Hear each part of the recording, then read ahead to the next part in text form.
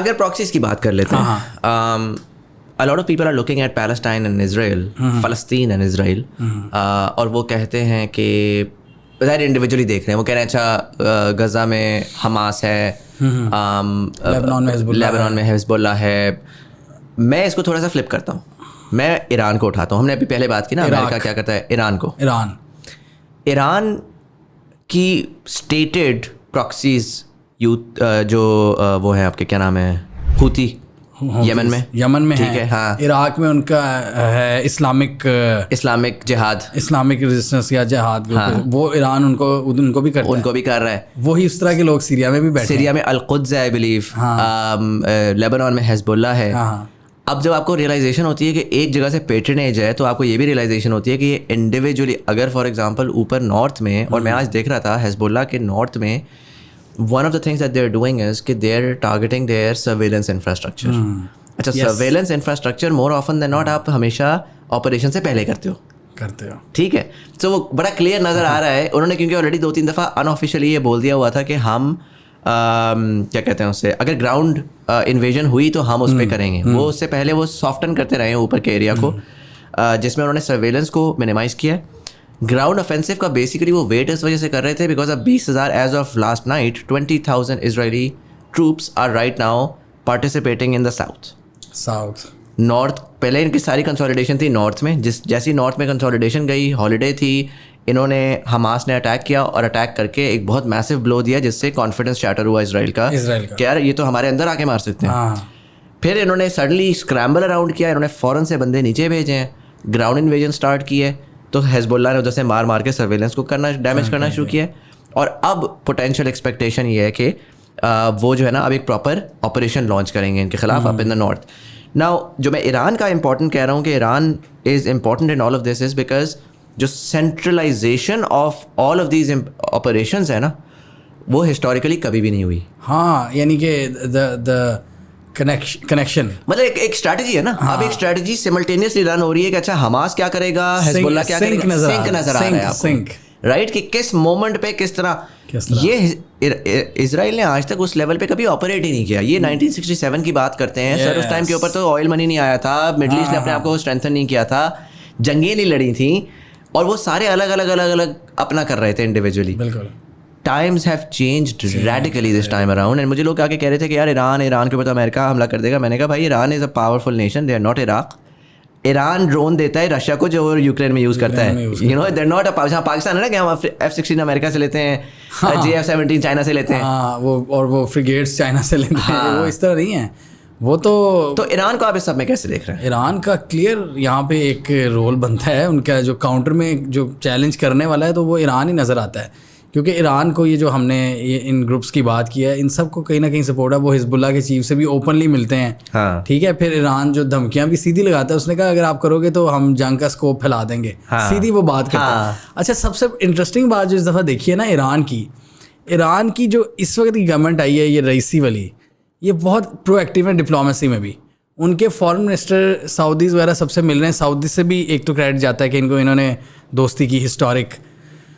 फिर ये इन militant group से भी मिल रहे हैं, ये यूएस से भी मिल रहे हैं, और ये भी खबरें आई कि यूएस इस्टेब्लिशमेंट से भी बैकडोर आपते हुए ईरानियन फॉरेन मिनिस्टर के ये गए थे जब यूएन अभी 3 दिन पहले। हाँ। तो इस क्राइसिस में ये डिप्लोमेटिकली बहुत एक्टिव हैं, हाँ। ईरानियंस। और वो मैं वही कह रहा हूँ ना, अपनी पावर एग्जर्ट करते नजर आ रहे हैं, पावर एग्जर्ट करते नजर, उनकी रेलिवेंस है किसी नेक्स्ट लेवल पे जो पाकिस्तान की नहीं है जो हम अगर पाकिस्तान को करेंगे आगे डिस्कस, लेकिन पाकिस्तान की वो आप ईरान की रेलिवेंस चेक करें कि उधर उसका एक मिलिटेंट किरदार भी नजर आ रहा है कि वो इसराइल को वहां से भी चैलेंज कर रहा है। अभी वो डिनाई कर रहे हैं, हाँ। लेकिन अगर आप कड़ियाँ मिलाएं तो ये तो इट्स वेरी क्लियर है। और दूसरा आप ये भी, और उससे ही वो आपकी पुरानी बात याद है कि इसराइल के लिए ना, अब वो जो आप कह रहे थे कि वो टाइम्स हैव चेंज वाली बात, तो टाइम्स हैव चेंज इसराइल के भी। पहले तो लोग, मतलब आम लोगों में, पाकिस्तानियों में ये परसेप्शन था कि इसराइल कोई ऐसी चीज़ है जिसको कोई हाथ भी नहीं लगा सकता, इनविंसिबल, यानी कि अनटचेबल, राइट। ये हमास के हमले ने ये सारा नैरेटिव ही उड़ा के रख दिया, वो जो आपने भी बात की कि एक तो अंदर घुस के मारना है तो एक अलग बात है, लेकिन ये जो अभी हम देख रहे हैं इसराइल को इंगेज इतना कर दिया गया है, हाँ। कि वो मल्टी प्रोंग्ड एक अटैक है जो एक सिंक में है डिफरेंट जगहों से, हाँ। और उधर से ईरान खुल के तड़ियाँ लगा रहा है, हाँ। ईरान यूएस उनको तहफ़्फ़ुज़ नहीं दे पा रहा। हाँ। तो ये चीज़ और वो उसकी किसकी वजह से कि यूएस का डिक्लाइन जो हमने 2 सालों में देखा। हाँ। तो ये चीज़ है कि अब वो जो लोगों के जहन में था ना कि इजराइल अनटचेबल है, राइट, ये बिल्कुल गलत साबित हो गया ये चीज़। अब इजराइल के लिए मैं मुश्किल टाइम्स देख रहा हूँ, और कोई पता नहीं अब जैसे अब्राहम अकॉर्ड में उन्होंने यूएई को तो ओके कर दिया था ना, यूएई जैसे यूएई की एक एग्जांपल है क्योंकि वो एक ज़रा हैवी वेट है, सऊदीया को वो करने की कोशिश कर रहे थे। कोई पता नहीं कुछ ऐसे इवेंट्स हो कि यूएई भी कहे जी टाटा बाय बाय। हाँ। क्योंकि यूएई अभी तक तो कर रहा है, हाँ, इजराइल का साथ दे रहा है, लेकिन हम देख रहे हैं ना आहिस्ता आहिस्ता जैसे जैसे चीजें इमर्ज होती जा रही है, लोगों के लिए टफ होता जा रहा है, वो प्रेशर पड़ रहा है, पब्लिक से प्रेशर आ रहा है। एक बहुत इंटरेस्टिंग चीज जो मैंने देखी थी जब जिस दिन ये फाइनली हुआ था ना 7th को, the first call that Mohammed bin Salman made was to the Iranian president, रईसी। हाँ, और it was the history में पहली दफा डायरेक्ट कनेक्शन हुआ, हालांकि ये सऊदीज नॉर्मलाइज करने जा रहे थे इजराइल के साथ, right. So that was a big shift in the regional dynamics, जो कि again which are a tell tell sign of potentially ये किस तरफ जा रहा है। एक और मैंने बड़ी इंटरेस्टिंग चीज़ देखी, जिस दिन अमेरिका जो है वो जो बाइडन की वो आई प्रेस कॉन्फ्रेंस चल रही थी कि जी वो इधर ही वाज इन इजराइल, और वो कह रहा था कि जी हम आपके साथ हैं और कोई ऐसा मसला नहीं है। उसी दिन BRI की कॉन्फ्रेंस चल रही थी और वो एक वीडियो आई थी जिसमें वो दरवाज़ा खुला और जी जिनपिंग और व्लादिमीर पुतिन निकलते हैं और एक ग्लोरियस म्यूजिक है और वो हॉल्स में एंटर हो रहे हैं और 140 कंट्रीज के नुमाइंदे आ रहे हैं और वो $100 बिलियन की डेवलपमेंट अनाउंस कर रहे हैं। एक तरफ जेनोसाइड हो रहा है और एक तरफ डेवलपमेंट हो रही है। सो मैं थोड़ा सा कॉन्वर्सेशन को वाइडर करता हूँ। जो एक शिफ्ट जो लोग आजकल बहुत ज़्यादा कह रहे हैं ना, चेंजिंग ग्लोबल वर्ल्ड ऑर्डर, इसके ऊपर एक बड़ी अच्छी किताब भी है रे डालियो की, और एक वीडियो भी उन्होंने यूट्यूब पे डाली हुई है उसके बारे में। वो बेसिकली वो ये कहते हैं कि एम्पायर्स राइज करते हैं, एम्पायर्स कोलैप्स करते हैं, और उनका थीसिस ये है कि अमेरिकन एम्पायर जो है वो जिस तरीके से डच एम्पायर, ब्रिटिश एम्पायर, ये सारे वो एम्पायर्स थे जिनकी जो करेंसीज थी ना वो ग्लोबल रिजर्व करेंसीज थी, जिस तरह डॉलर एक ग्लोबल रिजर्व करेंसी है। और उनका ये भी कहना है कि जो लार्जली ये कंट्रीज़ अपनी पावर ड्राइव करते हैं फ्रॉम द करेंसी स्टेटस, और उस करेंसी स्टेटस को मेंटेन करने के लिए वो वॉर्स करते हैं या जो भी वो करते हैं। अच्छा, उन्होंने थ्रू डिफरेंट वेरिएबल्स कि हिस्ट्री में क्या हुआ और अब क्या हो रहा है, उन्होंने ये कहा कि जी अमेरिकन एम्पायर इनहेरेंटली डिक्लाइन में, और जब एम्पायर्स डिक्लाइन में होते हैं ना तो वो वॉर्स में जाते हैं, वो एग्रेसिव वॉर्स में जाते हैं, बिकॉज उनको अपनी पावर मेंटेन करनी होती है ना, डेस्परेटली। शुरू में हमने बात रीगेन करनी होती है। एग्जैक्टली।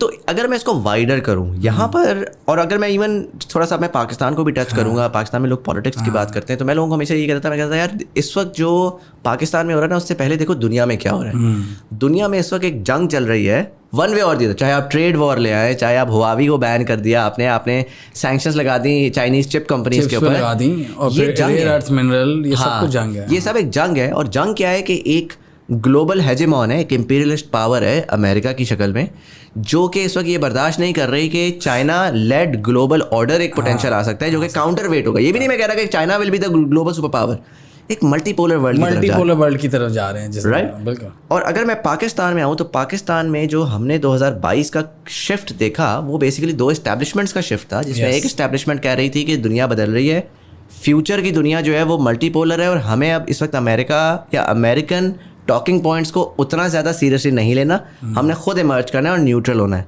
और एक दूसरी एस्टैब्लिशमेंट थी जो कि ये कह रही थी, क्योंकि उन्होंने हिस्ट्री से ये सीखा हुआ था कि यार अमेरिका ही चलाता है दुनिया, अमेरिका ही चलाता है, और उस जंग आई थिंक बूमर्स और उस जंग के नतीजे में हमने देखा कि एक दूसरी एस्टैब्लिशमेंट ने, पुरानी एस्टैब्लिशमेंट ने टेक ओवर किया, और टेक ओवर करके वो इस वक्त आपको, अगर मैं नहीं कह रहा सही है गलत है, हो सकता है अमेरिका सस्टेन कर जाए, बट अगर मैं एनालाइज करूँ तो हमारी लार्जली एक एस्टैब्लिशमेंट में पॉलिटिशियंस भी हैं, थॉट लीडर्स भी हैं, जो सारे ये सोच रहे हैं कि हमारा फ्यूचर अमेरिका के साथ है, हमें यूक्रेन में उनका साथ देना चाहिए, हमें इजराइल को एक्सेप्ट करना चाहिए था उस टाइम पे जब सऊदी कर रहा था। इवन आज भी जो फॉरेन ऑफिस की स्टेटमेंट आती है वो ये कहती है कि हम पैलेस्टीनियंस के साथ हैं, वो ये नहीं कहती कि इजराइल बड़ा जुल्म कर रहा है, जो हिस्टोरिकली पाकिस्तान कहता है, राइट। राइट। थोड़ा सा शिफ्ट नजर आ रहा है, तो आपको एक शिफ्ट नजर आ रहा है। काकड़ की ट्वीट से भी नज़र आता है। वो उन्होंने पहली ट्वीट ये की कि very heart breaking scenes in the middle east. वो जिस तरह सेलिब्रिटीज नहीं कर रहे अमेरिका में, हाँ, वो सीन था कि बड़ा एक डोसाइल किस्म का, यकीन नहीं आया कि ये पाकिस्तानी पीएम की ट्वीट है, और उसमें तनकीद भी बहुत हुई थी। राइट। सो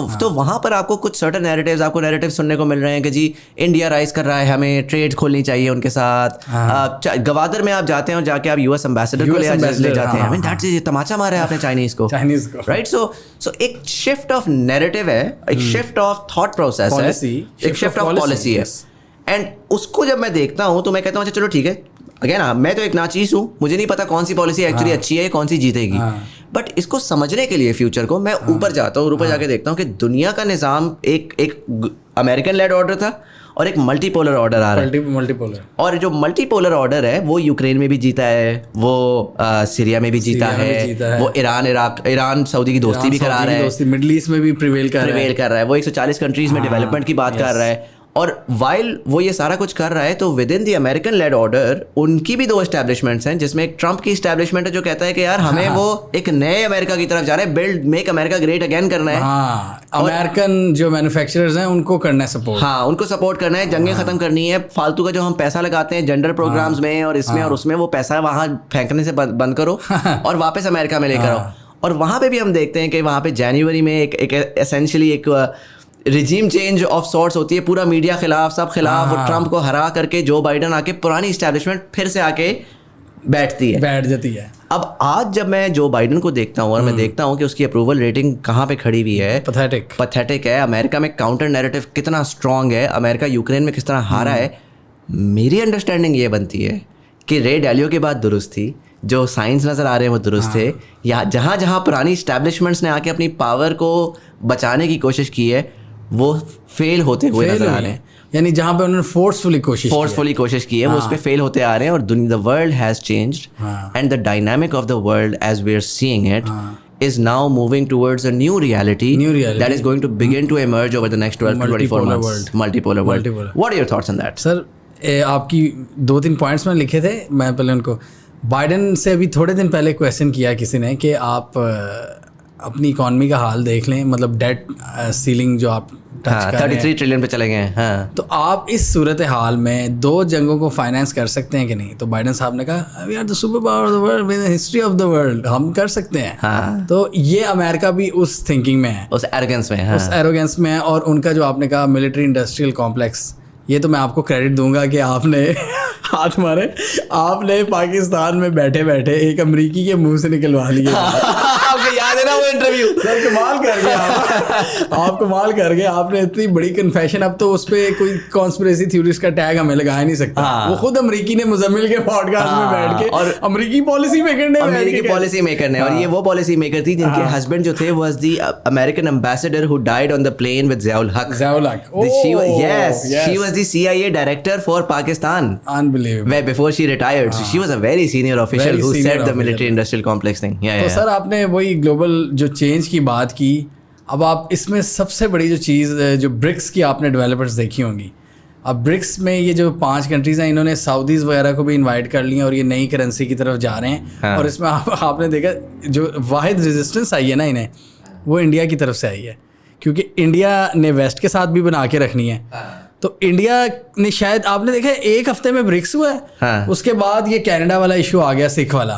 इंडिया को उन्होंने शट अप कॉल दी कि तुमने अगर इस कैंप के साथ गए ना, तुम बड़ी मस्तियां कर रहे हो इस कैंप के साथ, तो हम तुम्हें सबक सिखाएंगे। तो उधर ने यूएस की वो 5 आइज भी आ गई, यूएस की इंटेलिजेंस की, जी यस इंडिया इन्वॉल्व था, इंडिया के रॉ के ऑफिशियल्स इन्वॉल्व थे। बेसिकली ये दिखाया कि यार तुम हमारे बहुत से दोस्त हो गए, बट वो तो आखिर में ब्राउन ग्लोबल साउथ के, हम गोरे जो है ना वो एक दूसरे का साथ नहीं छोड़ते। और वो मल्टीपोलर वर्ल्ड की जो बात हो रही है उसमें उसको डिफाइन करने में इंडिया का भी एक रोल होगा।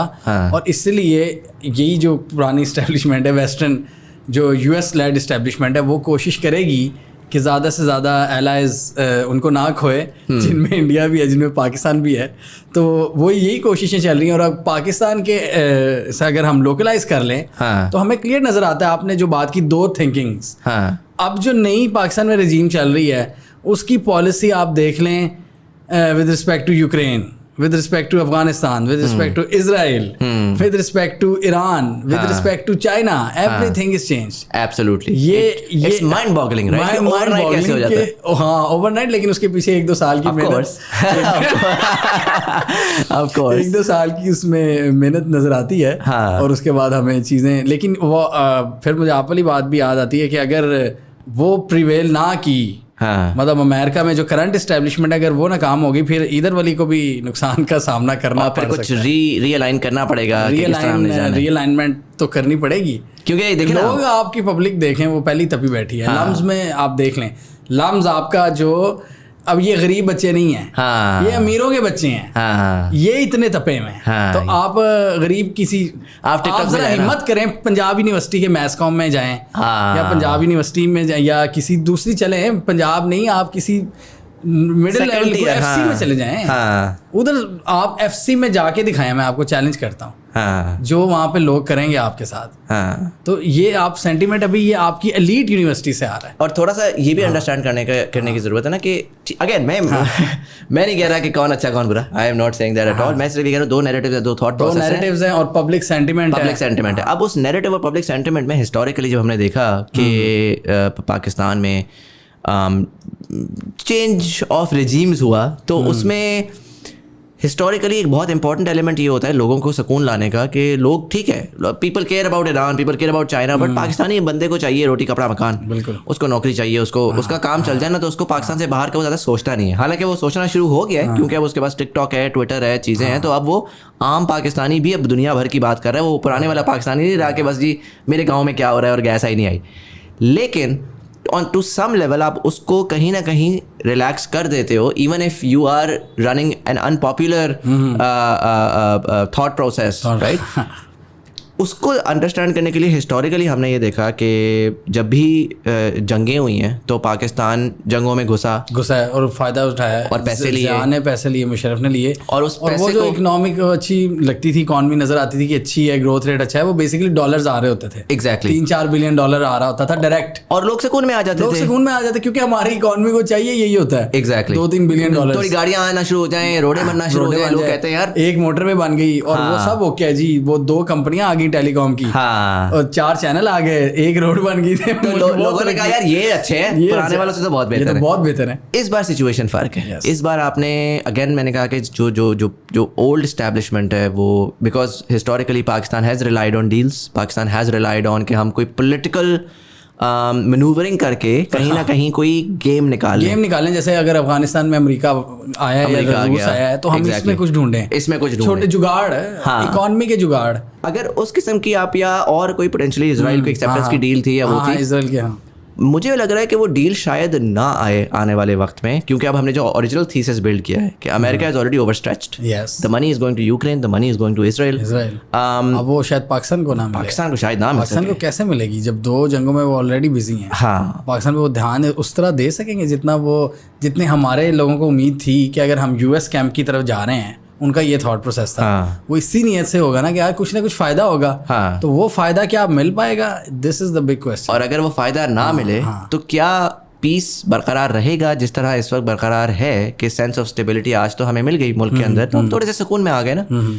हमें पता है कि आपने कहा जी पब्लिक सेंटिमेंट बहुत एग्रेसिव है, बहुत एग्रेसिव, ठीक है, लेकिन वो पब्लिक सेंटिमेंट इस वक्त थोड़ा पॉज हुआ है, क्योंकि लोग कह रहे हैं कि चलो ठीक है डॉलर स्टेबल हो गया, चलो ठीक है पेट्रोल थोड़ा कम हो गया।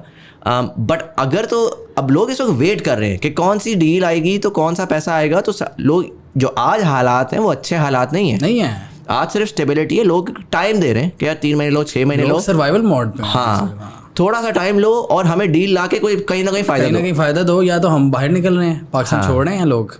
आप स्टैट्स देख लें, 8 लाख लोग ऑलरेडी छोड़ चुके हैं इस साल में, जो पिछले साल से ज़्यादा है। पिछले साल टोटल 833 थे, बिल्कुल, अभी 8 लाख हो चुका है, राइट, चल रहा है। तो ये मिलियन तो क्रॉस करेगा, मिलियन क्रॉस कर जाएगा, ये रिकॉर्ड नंबर में जाएगा। तो अगर ये डील ना आई तो प्रेशर मुझे लगता है कि इंटरनली बढ़ना शुरू हो जाएगा, एंड देन फिर रीअलाइनमेंट आनी पड़ेगी, उसके अलावा कोई चारा नहीं बचेगा। बिल्कुल ऐसे सही कह रहे हो। और अगर खुदा ना खास्ता वहाँ पे एस्केलेट हो जाती है सिचुएशन, कोई ईरान से पंगा कर लेता है, तो ईरान अगर वो कुछ धमकी लगा दे, स्ट्रेट ऑफ हॉर्मुज़, और वो ये चीज़ें हिस्ट्री में हुई हुई हैं। 1973 में ऑयल एम्बार्गो लगाया था अरब ने, तो अभी भी कुछ ऐसी अगर चीज़ें एस्केलेट कर जाती हैं इनके दरमियान ईरान, तो एक तो उधर से भी प्रेशर आ सकता है, आपकी इकॉनमी बिल्कुल आउट ऑफ कंट्रोल हो सकती, फिर आपको जो इसराइल को जो मानने का कुछ लोगों को यहाँ पे कोई शौक होगा, और ऑब्वियसली दो सोचें होती हैं उनको अपना, तो वो भी पैकेज अभी नहीं आता हुआ नज़र आ रहा है, क्योंकि हमने फॉलो करना था सऊदीज़ को, बिल्कुल ऐसे सऊदीज़ करेंगे तो हमारा भी ओके हो जाना था। वो अब सऊदीज़ का तो नहीं अब नज़र आ रहा है, जैसे हमने कहा ऑफ द टेबल लग रहा है। नहीं, और Pakistan can not afford to do that now. Public center में पब्लिक खा जाएगी भाई, आपको खा जाएगी जो फ़लस्तीन के साथ किया है उन्होंने, जो, और इस सिचुएशन में इस सिचुएशन में आप सर अगले 10 साल भी नहीं पब्लिक नहीं भूलेगी, जो इस वक्त लोगों ने देख लिया हुआ है ना, जो देख लिया है, जो सोशल मीडिया दिखा रहा है, जो बच्चों की कटे हुए सर दिखा रहा है इस फ़लस्तीनी बच्चों के, वो नहीं भूलेगी दुनिया। और ये मैं वही बात है ना कि हमास ने पूरा ही सिस्टम चेंज ही करके रख दिया है। मैं पिछले दिनों देख रहा था, someone said very interesting thing, उन्होंने कहा कि हमास को पता था ये सुसाइड मिशन है, लेकिन हमास को ये भी पता था कि अगर सऊदी से नॉर्मलाइजेशन हो गई तो पैलेस्टीनियन कॉज खत्म हो जाएगा। तो उन्होंने बेसिकली अपने आप को मारा है फॉर द सेक के जो नई जनरेशन जो भूल गई थी, वो कह रही थी यार ये क्या पंगा लगा रहता है फ़लस्तीन में, ये इजराइल को फाइनल करें, सिस्टम करें, जो भी करें। अब पूरी दुनिया को उन्होंने ये दिखा दिया है कि एग्जैक्टली क्या था इजराइल। उन्होंने अगली जनरेशन को बेसिकली एक्सपोज करके रख दिया, इजराइल को एक्सपोज करके जो मिलेनियल्स हैं, जो जेन जी हैं, वो वापस उनमें वो पैलेस्टीनियन कॉज की जान आ गई है, जो कि हमारे बड़ों में थी। हमारे और हमसे छोटे बच्चे कहते थे यार ये पता नहीं क्या खा पे, आई डोंट नो, क्योंकि उनको हिस्ट्री नहीं पता थी।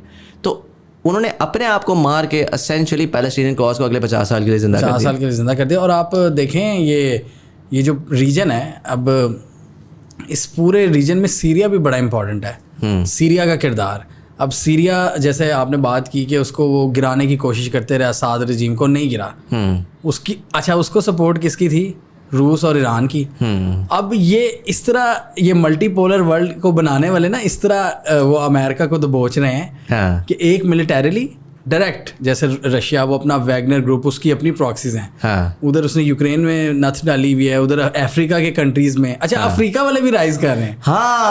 वो बहुत आपने नाइजर का कॉन्फ्लिक्ट देखा? सर मैंने कवर किया उसको, नाइजर, बर्किना फासो सीधा उन्होंने कहा निकालो फ्रेंच ट्रूप्स, निकलो इधर से। मतलब ऐसी चीजें जो कभी सोच भी नहीं सकते थे। सर आधी दुनिया तो उसने बगावत का अलम बुलंद कर दिया अमेरिका के खिलाफ, और वो चाइना से सारे डील्स की तरफ जा रहे हैं। तो मैं ये बात कह रहा था कि ये इस तरह चाइना यूएस को दबोच रहे हैं, ये ईरान ऊपर से रशिया और ईस्टर्न साइड से चाइना, इस तरह दबोच रहे हैं कि ईरान इधर से मिलिटेंट ग्रुप्स को सपोर्ट करता है, रूस वो अपनी प्रॉक्सीज को वो स्ट्रेटेजिक गेम खेलता है। वो ऑयल वगैरह की यूरोप को पकड़ा हुआ है ना, वो पकड़ा हुआ है यूरोप को रिसेशन में रशिया ने डाला हुआ है कि यूरोप कुछ सोच ही नहीं सकता। और अब चाइना को वो इनवाइट उन्होंने कर लिया था असाद ने और ईरान ने कि अब आप आएँ, हमने अरब्स के साथ दोस्ती कर ली, अब आप अपना रोल ढूंढें, मतलब हमारे पास अपना एजेंडा दें, आप बताएं कि आप दुनिया को कैसे देखते हैं। मिलिट्री पावर से हमने पकड़ा हुआ है अमेरिकन को, उनकी बेसिस पे अटैक होते रहते हैं सीरिया।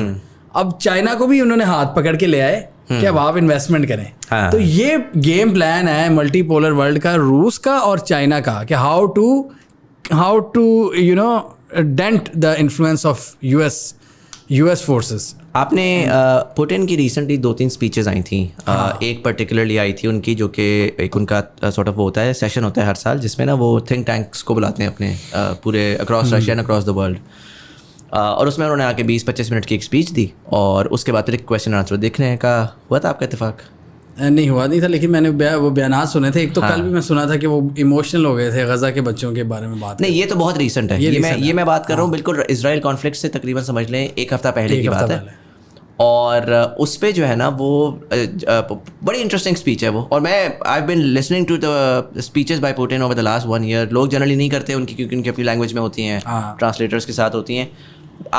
मुझे सिर्फ ये होता है कि अगर आप इंटरेस्टेड हैं ऐसी चीज़ों में, तो आपको वर्ल्ड लीडर्स को सुनना ज़रूर चाहिए, ताकि समझ आए कि वो क्या सोच रहे हैं। अच्छा, उनकी स्पीचेस में ना अगर आप रिसेंटली देखें पिछले 6 महीने में ख़ासकर, तो बार बार वो ये बात करते हैं कि अमेरिका का एक इंपीरियलिस्ट वर्ल्ड ऑर्डर है। हाँ हम अमेरिकन इंपीरियलिस्ट वर्ल्ड ऑर्डर के खिलाफ हैं। नहीं, ये हम तो एक ऐसे वर्ल्ड ऑर्डर में जाना चाहते हैं जहाँ पे हम एक दूसरे की वैल्यूज़ को रिस्पेक्ट करें। वो बार बार ये दिमागों में डाल रहे हैं कि यार अमेरिका जो है ना वो अपने कल्चर को एक्सपोर्ट करता है, अमेरिका अपने प्रॉब्लम्स को एक्सपोर्ट करता है, अमेरिका जो है वो आपको आके कहता है कि तुम प्रिमिटिव हो, तुम्हें चेंज होना है, तुम्हें ये करना करता है अमेरिका। वो कभी किसी चीज़ पे सैंक्शन लगा देता है, कभी किसी चीज़ पे सैंक्शन लगा देता है, वो प्रोग्राम्स फंड करता रहता है, कल्चर को वो उसने कॉन्स्टेंटली होता है जी मुसलमान सैवेजेस हैं, ये सब कॉन्टिनेंट के लोग ऐसे हैं, ये वैसे हैं, ये वैसे हैं। भाई मैं ये नहीं कह रहा कि हमारे मसाइल नहीं है, लेकिन हमारे मसाइल है ना, हम डिफाइन करेंगे। हमारी खवातीन बहुत अच्छा से नहीं रहती चाइना का यही बयान आया था, चाइना ने कहा था China has democracy but it democracy is China styled. हमारी डेमोक्रेसी चाइना के स्टाइल की है, आपकी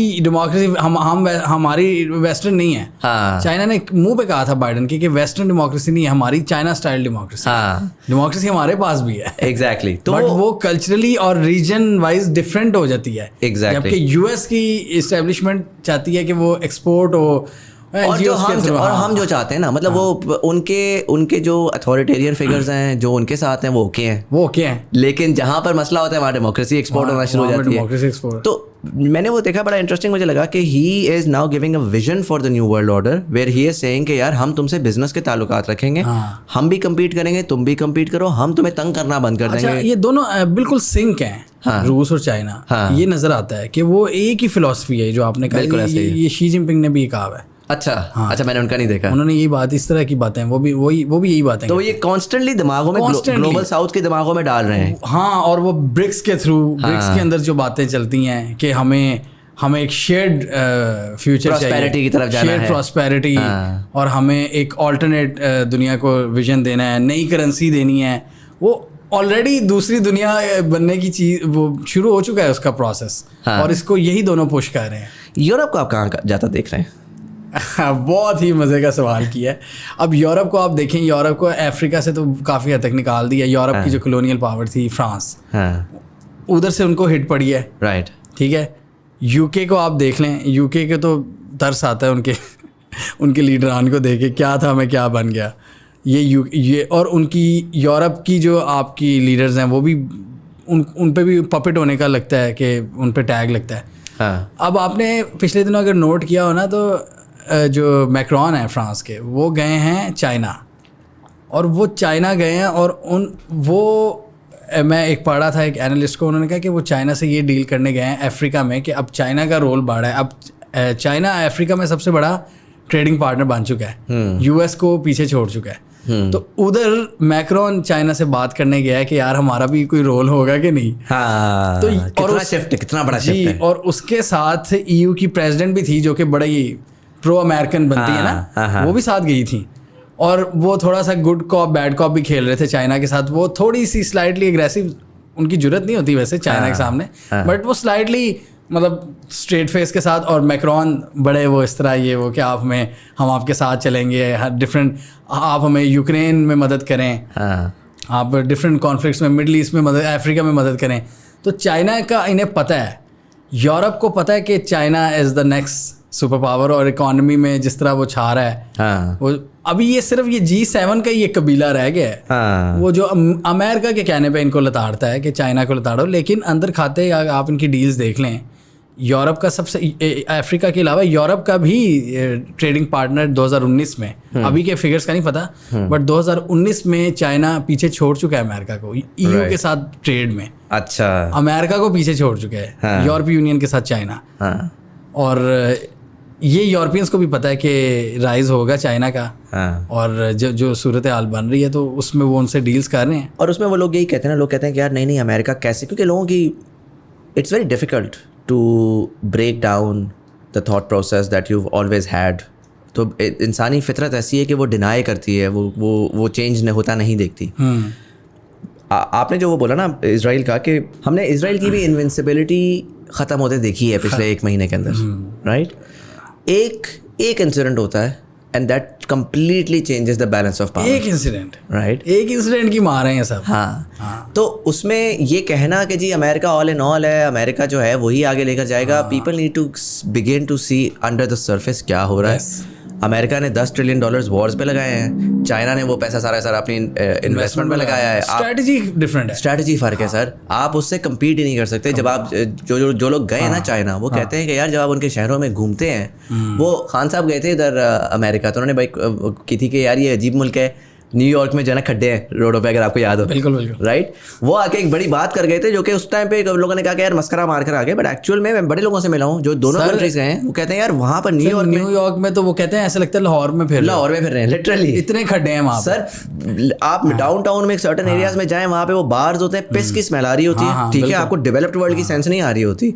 मैं एक जहाँ पे मैं रह रहा था, वो 100 साल पुरानी बिल्डिंग है, एलिवेटर था नहीं, आपको 8 फ्लोर्स ऊपर चल के जाना, एसी सेंट्रल एयर कंडीशनिंग नहीं थी, ये सुपर पावर था, ठीक है, सेंट्रल एयर कंडीशनिंग नहीं थी, वो खिड़की को आधा खोल के ना एक पोर्टेबल एसी लगाया हुआ था ताकि थोड़ी अच्छी खासी गर्मी हो जाती है वहाँ पर।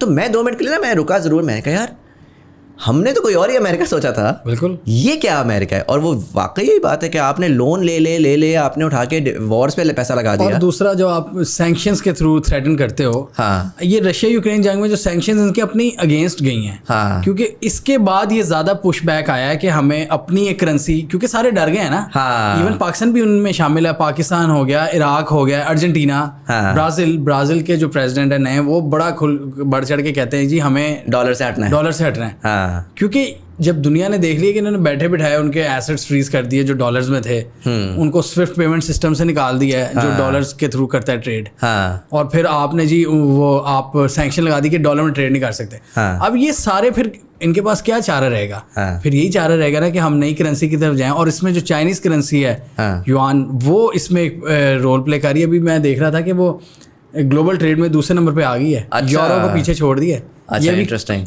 पिछले हफ्ते की खबर है, हाँ, कि वो तेजी से एक्सेप्टेंस ग्लोबल जो रिजर्व्स हैं सेंट्रल बैंक्स में, हाँ, उनमें चाइनीज करेंसी की अब कदर बढ़ रही है आहिस्ता आहिस्ता। अभी उनका total market share I think 6% है। अच्छा, यूएस के डॉलर का 45% है, इतना मैं गलत भी हो सकता हूँ लेकिन बहुत ज्यादा है, राइट। लेकिन वो चूंकि पीछे से एक चीज चली आ रही है ना, तो वो स्पीड से बढ़ रही है, एक्चुअल पावर ही वही है, हाँ, पैसे वही ना, डॉलर की पावर। जिस दिन ये ऑल्टरनेट कोई चीज ले आए ब्रिक्स, जो ये एग्रेसिवली कोशिशें कर रहे हैं, हाँ, तो फिर आप देखें will begin to change, हाँ, हेजिमनी खत्म हो जाएगी यूएस की।